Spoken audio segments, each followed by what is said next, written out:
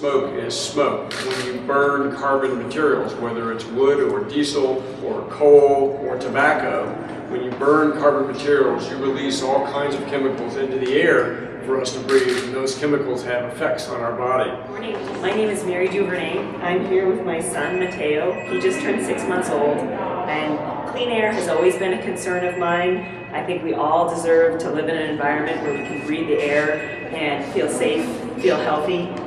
But it's never become so important as when this little boy entered my life.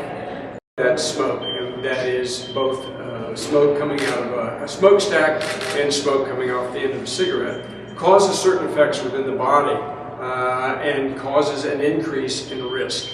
And what that means is the risk of heart disease goes up, the risk of lung disease goes up, and that includes lung cancer, that includes asthma, and a number of other lung diseases.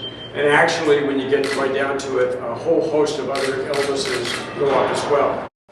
I'm a serious athlete. I spend at least a couple hours a day training, and I know personally the effects of air pollution on my health. I've qualified for the Olympic trials. I'm training very seriously. Really, I don't think that in order to save some profits for a major power company or to prevent some additional costs for consumers in order to clean the air, that my lungs should essentially be a filter for particulate matter. If in fact this air pollution, both indoor air pollution and outdoor air pollution, are causative for heart disease, and if in fact they are causative for lung disease, then if we remove the source of the pollution, those things should get better. We know now, on average, that going smoke-free in a community drops the heart attack rate by 20%. The same applies to what's happening outside in the outside air pollution from coal plants. I've seen firsthand the health effects of acute respiratory exacerbations due to air quality. I've seen the human suffering. It's not a pretty sight. It's probably one of the most panicked I've ever seen human beings. In Montana, we shouldn't take our air for granted.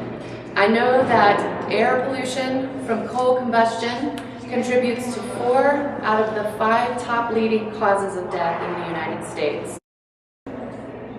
I think anyone who is a parent understands the need to protect and nurture their child, and I do everything I can to make sure he is happy and growing and learning, touching everything he can find. But there's some things that are beyond my control, and that's where we rely upon our government, our civic leaders, our elected officials to protect us.